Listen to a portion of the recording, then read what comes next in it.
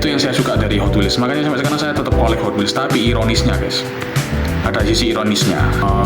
Kan ada orang-orang yang nggak harus persis 100%, yang penting barangnya kelihatan bagus. Nah ini diecast cocok. Nah kalau teman-teman mencari keakuratan semirip mungkin dengan mobil aslinya, ya ini.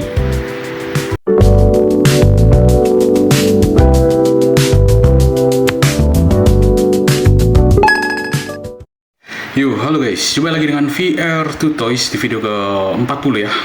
Tidak terasa, 40 video sudah kita produksi. Kali ini saya berubah tempat karena di kamar ada bocil, ada bayi yang nggak bisa diganggu guys. Jadi saya move ke tempat baru. Nah, di hadapan kalian sudah ada satu diecast, satu mini scale. Nah, kita akan membuat perbandingan ya, antara mini scale dan diecast, plus minusnya apa dan value apa yang ditawarkan oleh mereka ya. Ini ada S15 diecast dan mini scale. Ini ada ER34 diecast Hot Wheels dan mini scale CM model, dan ada Inno 64 dan Hot Wheels R35 ya. Jadi S15, R34, R34, R35, R35, kayak gitu guys. Saksikan bagaimana perbandingan dan keseluruhannya. VR2 Toys, let's go. Ya, sementara kita pakai ini dulu ya guys, Mini GT dan Hot Wheels S15 ya. Mungkin sesi awal kita bahas brand dulu ya. Brand, kalau brand guys itu ada Hot Wheels, Majorette yang saya tahu ya, Siku, Maisto, Greenlight, dulu ada Greenlight ya, dan berbagai macam. Nah kalau mini scale itu yang top of mind ya, Mini GT. Kalau top of mind-nya di diecast kan Hot Wheels. Kalau top of mind-nya di dunia mini GT itu dunia mini scale itu Mini GT. Kenapa? Karena brand ini yang saya tahu terlebih dahulu ini guys. Ada Mini GT, ya, mungkin setelahnya Inno 64 keluar, CM model, Tarmac, terus Ignition model, terus Japan Hobbies dan lain sebagainya ya, banyak. Karena mini scale ini, dunia mini scale lagi berkembang, terus brand-brand baru terus bermunculan kayak gitu guys. Kita mulai bahas secara deskripsi ya guys. Deskripsi diecast itu, kalau teman-teman tahu besi, bongkahan besi atau besi-besi bekas terus dilelehkan di suhu panas sekian ya, dilelehkan terus dia akan meleleh tuh, meleleh. Nah itu dimasukkan ke cetakan khusus yang berbentuk ini, betul-betul produk mobil-mobilan kayak ini. Itu diecast. Kenapa dinamai diecast? Karena mereka pakai teknik namanya diecasting ya, diecasting, melelehkan besi di suhu ekstrim. Nah akhirnya kayak gini. Karena sifat besi yang keras ya guys, besi kan keras guys. Nah itu kenapa untuk mencetak sebuah cetakan besi yang detail, lipat-lipatannya detail kayak gini, tekuk-tekukannya detail dan tajam, itu susah, memang cukup susah.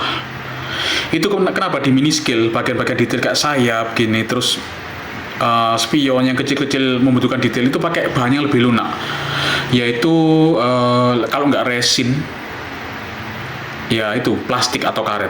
Itu yang saya pelajari ya guys ya, mungkin bisa salah bisa benar, tapi dari sejauh saya bermain diecast itu yang sepertinya saya tangkap gitu guys.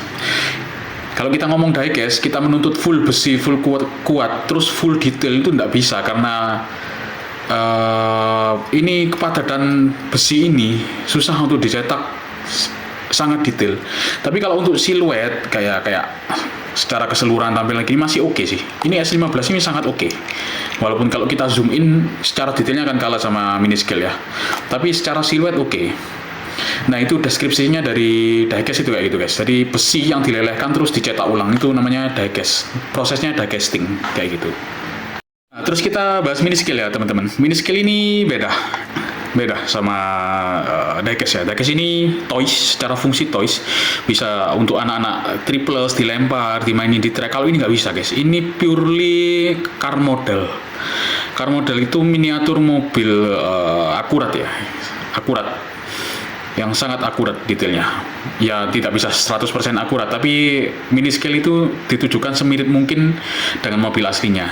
Jadi memang untuk dipajang, jadi bukan toys, dan peruntukannya pun dewasa, untuk dewasa ya teman-teman. Nah Secara bahan ini sebenarnya juga bisa dibilang die casting juga tekniknya, kayak yang besi-besi gini ya. Ini besi yang dilelehkan, ini besi yang dilelehkan. Nah, cuman ini kalau mini scale ini assemble. Assemble itu apa ya maksudnya?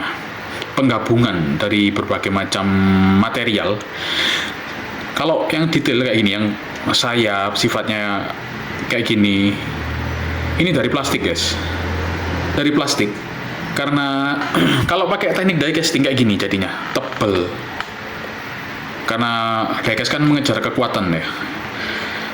Kalau mini scale mengejar detail kayak gitu guys.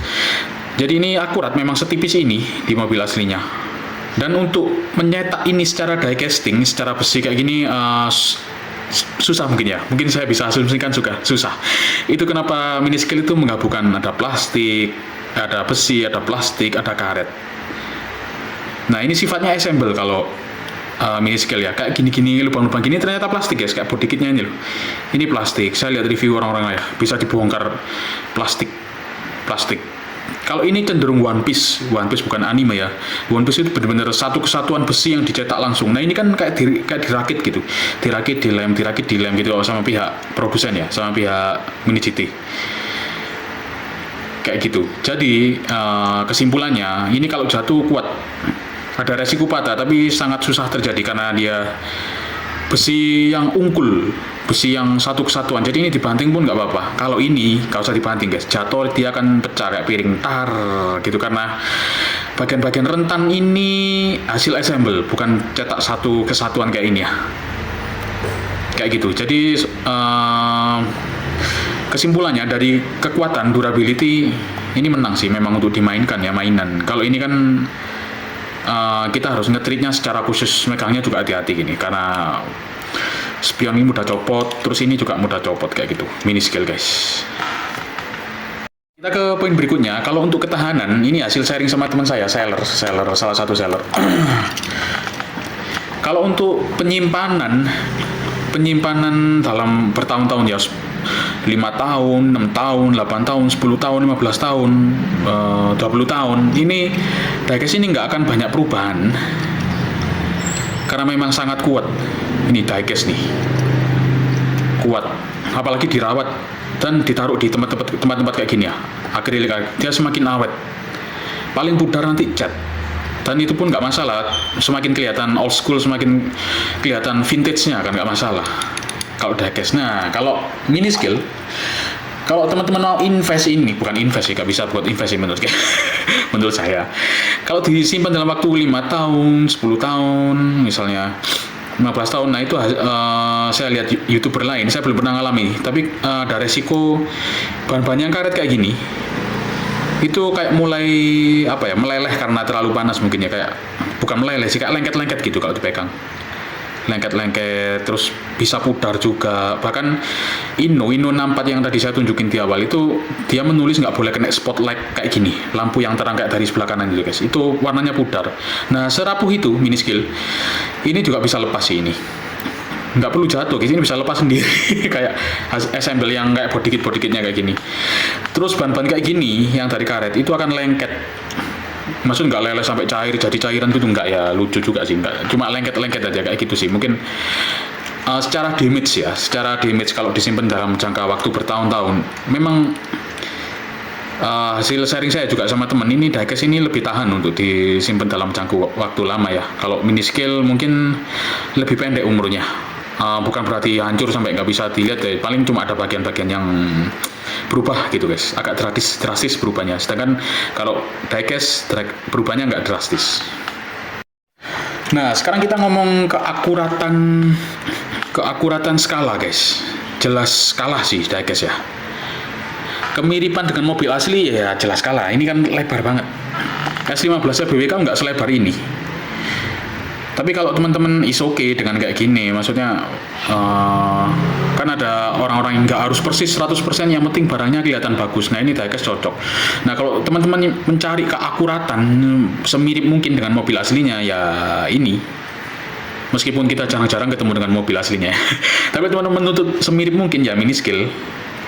Kalau ngomong skala, kalau mini scale dia ngomong 164 ya benar-benar 164 akurat. Inno aja secara brand dia ngomong tuh, Inno 64, dia menulis di brandnya ya. Nah ini, Inno 64, berarti kan 64.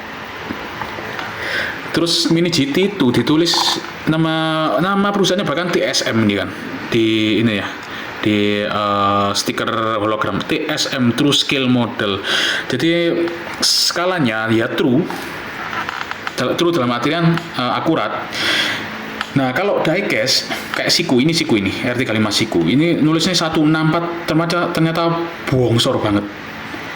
Terus kadang kalah di skala sih memang diecast itu, ngomongnya 64 ternyata 62 61. Ketika ditaruh di diorama dijajar dengan beda-beda ukurannya, ini gede apa GCA model.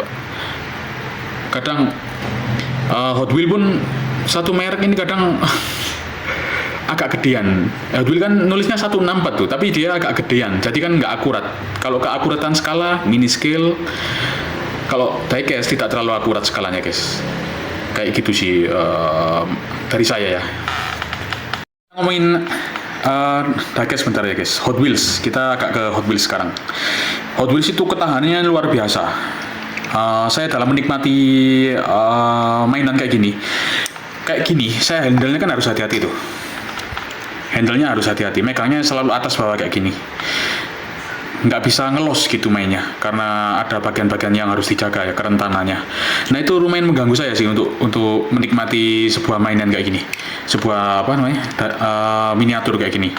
Nah kalau diecast, kita bebas tuh, megang model apa, jatuh pun ya masih bisa toleransi, terus less khawatir, kita nggak terlalu khawatir.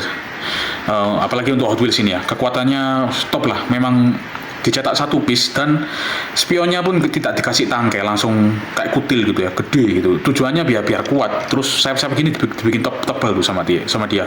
Nggak akurat sama mobil asli, tapi kan dia cari kuatnya Hot Wheels itu. Nah, itu yang saya suka dari Hot Wheels. Makanya sampai sekarang saya tetap kolek Hot Wheels. Tapi ironisnya guys, ada sisi ironisnya yang dikomplain sama orang-orang, kartnya neko, kartnya keriting, kartnya petir itu kayak habis kelipet gitu ya, bubble-nya retak ya. Barangnya kuat, yang dipermasalahkan adalah packaging-nya. Nah itu kan agak paradok ya. Kalau ini memang rapuh ya, packaging-nya orang-orang jarang sih untuk komplain. Kalau ini barangnya kuat, kartu sama blisternya yang sering dipermasalahkan guys, terutama untuk kolektor yang cuaner. Kalau saya sih saya lose, kecuali ada memori yang diecast yang bermemori, baru saya keep di blister kayak gitu. Terus kita ngomong ketersediaan di market guys. Mini scale ini lebih bisa saya bilang agak next level ya, karena kita nggak bisa random jalan-jalan ke mall, beli Mini GT, beli 64. Untuk di Indonesia, di kota saya terutama, itu nggak bisa. Kalau Hot Wheels ini ada, misalnya let's say ke Surabaya, ke salah satu mall, ada aja yang jual kayak gini. Terlepas dari itu gorengan, harga gantungan atau gimana pun, ini selalu ada diecast nih di mana-mana. Di toko-toko kayak let's say toko-toko mainan besar ya, teman-teman tahu ya. Kalau ini kita harus ke hobby store, yang ya literally hobby store. Terus kalau selain ke situ, ke pameran, di pameran kayak IMX, IAM, terus IDX, ini juga keluar, ini pun juga ada. Tapi untuk mencari ini, teman-teman harus butuh niat lebih. Makanya saya bilang mini scale, kolektor mini scale agak next level, karena butuh effort. Kita umum sih barangnya kayak gitu. Kayak gini guys, setelah di zoom in ya tampilannya. Nah, detail kalah jauh. Terus mungkin ini lebih akurat ya, mobil aslinya kan kayak gini. Kalau ini kan agak gembung. Terus jauh lebih lebar Hot Wheels ya kan. Nah, kayak gini. Kayak gitu. Jadi secara detail ya nggak bisa dibandingkan. Tapi salutly untuk Hot Wheels era sekarang sudah pakai Mika loh, meskipun gabung sama ini ya. Dia tuh gabung sama sini. Mikanya dalamnya cuma polos hitam, tapi at least sudah pakai Mika tuh Hot Wheels sekarang. Respect sih saya. Dulu kan ya sudah cetak one piece pakai besi juga, palingan ditampu. Nah ini di item ini Dia udah mengusahakan pakai mika tuh keren sih. Nah ini kalau mikanya Mini GT beda guys, dalamnya kayak gitu. Dan tapi ya, Mika Mini GT ini bukan yang terbaik ya lampunya. Nanti saya kasih lihat punya Eino sama CM model itu jauh lebih keren dari Mini GT. Kayak gitu. Nah ini pun sudah Mika ya belakangnya ya. Hot Wheels ya, keren ya. Tapi kalau keakuratan, nah Mini Scale atau Mini GT ini akurat karena ada merah di dalamnya ya. Kalau ini ya sudah, dia itu cuma sekedar Mika gitu. Kayak gitu. Nah itu pun ini pun bisa terjadi miring kayak gini guys di Mini Scale ya. Kadang Mini Scale-nya juga kadang terjadi defect sih teman-teman. Apalagi kalau yang beli box ya agak-agak gajah gitu. Kayak gitu. Nah kita coba perbandingan item berikutnya ya. Nah ini Hot Wheel Premium lawan CM model. Nah ini guys, yang saya bilang tadi, mikanya secara detail jauh lebih baik dari punya Mini GT kan ya. Di dalam mikanya itu ada lingkaran, jadi kayak lampu asli, kayak ada lampu LED-nya gitu. Mini GT yang tadi S12 kan nggak sampai kayak gini, ini sampai gini, kayak gini. Dan cetakannya pun rapih ya, nggak blobor kayak gitu. Nah kalau Hot Wheel no mika guys, dia cuma tambu kayak gini. Dan tanpa melihat ini ya, teman-teman koleks diecast Hot Wheel Premium LBWK ini sudah bagus loh kayak gini. Kita sisihkan dulu ya ini ya. Nah ini sudah bagus ini, siluetnya tercapture dengan baik. Siluetnya itu kan kayak gitu, siluetnya ya mirip-mirip overall.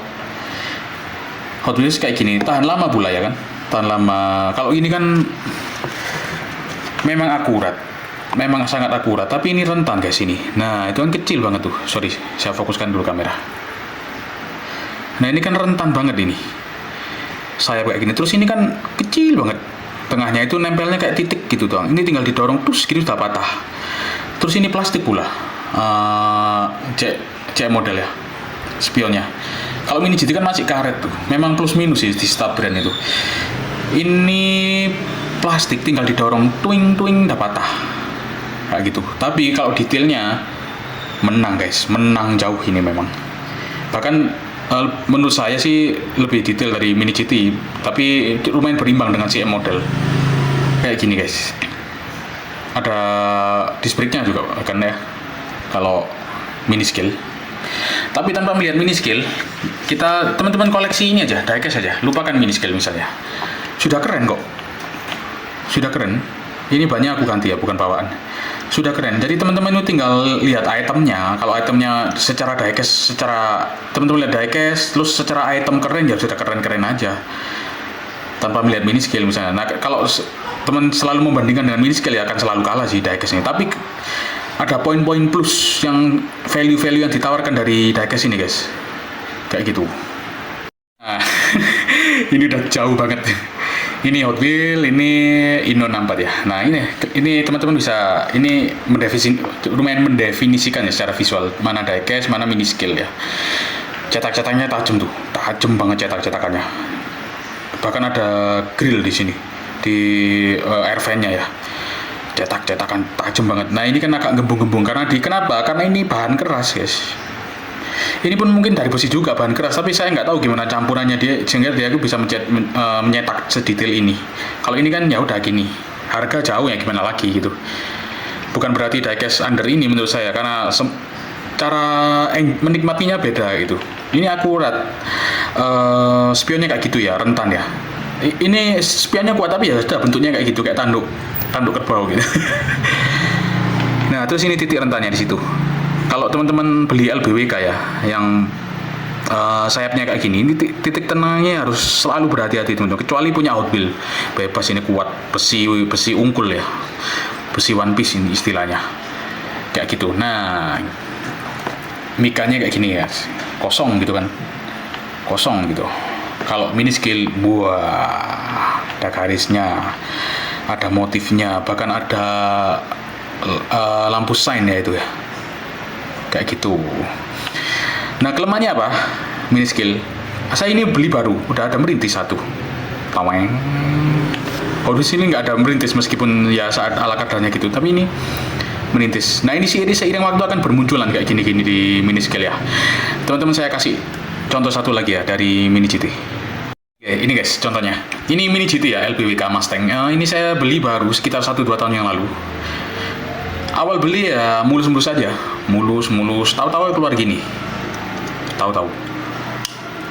Nah kayak gini-gini, merintis-merintis ini.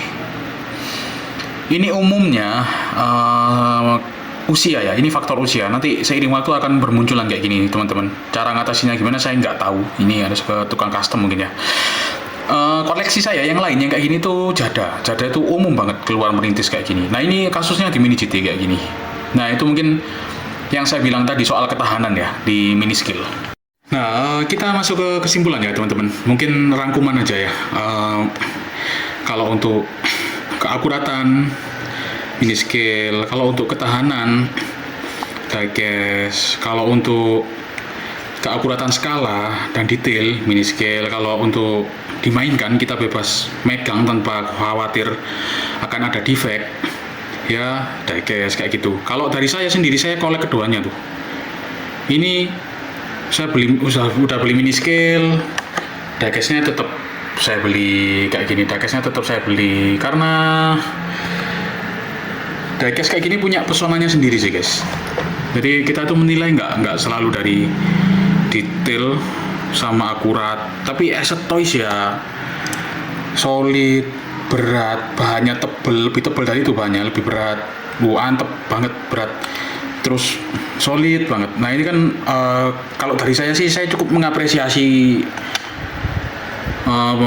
produsen diecast ya, terutama Hot Wheels untuk ketahanan produknya gitu, saya cukup appreciate. Jadi kalau entah mini scale entah diecast, kalau selama itemnya suka dan mobilnya masuk incaran saya sikat, saya gas gitu guys, kayak gitu as a planner ya. Selama mobil ini masuk ke incaran utama, saya gas gitu. Itu aja sih mungkin dari saya untuk video kali ini ya. Semoga bermanfaat ya untuk teman-teman. Like, comment, subscribe, bunyikan tombol lonceng. VR to Toys. Ciao.